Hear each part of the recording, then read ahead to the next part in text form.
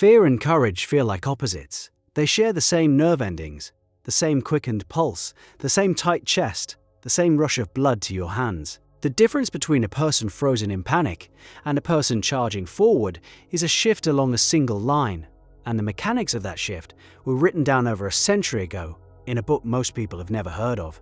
If you've ever felt stuck in an emotional state and convinced yourself that's just who you are, you're operating on a misunderstanding of how emotions actually work. The Kybalion was published in 1908 under the pseudonym The Three Initiates. Nobody knows for certain who wrote it. The book claims to distill ancient Hermetic philosophy, teachings attributed to Hermes Trismegistus, a figure blending Greek and Egyptian thought. Most of it reads like dense metaphysics. But buried inside is one principle that, once you see it, changes how you relate to every feeling you've ever had. The principle of polarity. It states that everything exists on a spectrum. Hot and cold aren't two separate things. They're degrees of the same thing. Temperature. Light and dark, degrees of illumination. Love and hate, degrees of the same emotional current. The Kybalion's claim is blunt. Opposites are identical in nature, differing only in degree. Sit with that for a second. Hate and love, according to this framework, occupy the same rail. You've felt this yourself.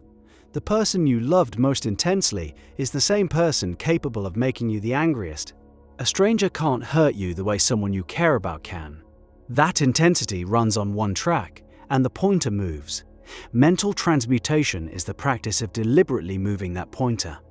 The Kybalion argues you can't eliminate an unwanted emotional state by fighting it head-on. You shift it by raising or lowering its degree along the pole it already occupies. Anxiety and calm live on the same spectrum. So do despair and hope. Boredom and fascination. The method sounds almost too simple. Instead of trying to destroy the negative state, you find the pole it lives on and start sliding. But how does sliding actually work in practice? This is where it gets useful. Think about the last time you were angry, really angry. Your body was hot, your thoughts were racing, your jaw was tight. That state has enormous energy in it. The Kybalion's framework says you don't try to go from anger to peace. Peace lives on a different pole entirely. That's too far a jump. You go from anger to determination. Determination uses the same fuel. The heat stays, the jaw stays, but the direction changes. You take that energy and point it at a problem instead of a person. You've done this without knowing what to call it.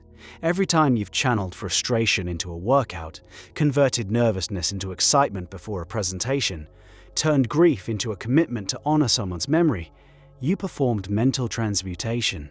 The Kybalion just gave the mechanism a name, and the mechanism has a specific geometry to it. The book describes emotional poles as having a midpoint, a place of neutrality. From neutrality, you can move in either direction with less friction. A person deep in despair faces a long climb to joy. A person who first moves to emotional neutrality, a kind of calm observation, finds the distance to either pole roughly equal. The midpoint is the leverage point. This maps onto something therapists work with constantly. Cognitive reappraisal, the clinical term for reinterpreting a situation to change your emotional response, follows the same architecture. You feel anxious about a job interview. The raw sensation is identical to excitement. Your palms sweat the same way. Your heart rate spikes the same way. Research at Harvard found that people who relabeled their anxiety as excitement performed measurably better in stressful tasks than people who tried to calm down. They moved along the pole instead of fighting the pole's existence. The calming down approach asks you to leave the spectrum entirely, go from high arousal to low arousal. That takes enormous effort. You're fighting your own physiology. The transmutation approach keeps you at the same arousal level and redirects the engine stays running. You just shift gears. There's a subtlety the Kybalion emphasizes that most people miss on first reading. The principle works because you can only transmute within the same class of thing. You can transmute fear into courage because they share a spectrum. You can transmute laziness into relaxation, reframing stillness from a failure state into a recovery state. But you can't transmute sadness into intellectual curiosity. Those live on different poles. Trying to think your way out of grief by reading a book is a category error. The book might distract you, but the sadness hasn't moved. It's still sitting exactly where you left it, waiting. So the real skill is identifying which pole you're on. and this requires a kind of emotional honesty that most people avoid. Picture yourself on a Sunday evening. That heavy, low-grade dread about Monday morning. Most people label that anxiety. But run it through the polarity lens. Where does it sit? Is it really on the fear-courage spectrum? Or is it on the boredom-fascination spectrum? Because dread about a job you find meaningless lives on a completely different pole than dread about a job that challenges you. The transmutation for each is different. One needs courage, the other needs curiosity.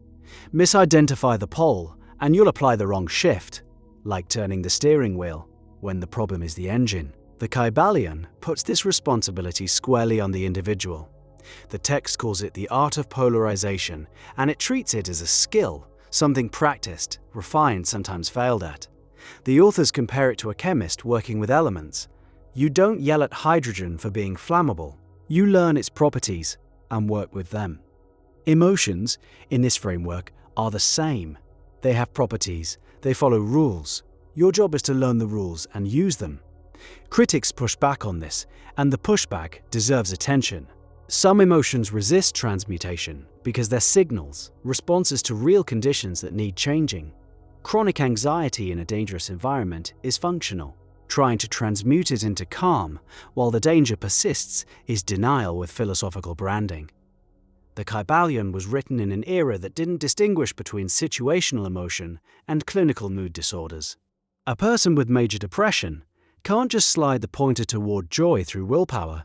The chemistry involved operates below the level where conscious transmutation reaches. That's a genuine limitation. And acknowledging it actually makes the framework more useful because it clarifies where the tool works on emotional states that are responsive to conscious attention, the frustration after a traffic jam, the envy scrolling through social media, the restless dissatisfaction at 3 in the afternoon when nothing is wrong but nothing feels right. These are the states where polarity becomes a precision instrument. The afternoon restlessness is a good example. Most people reach for their phone, a stimulation fix.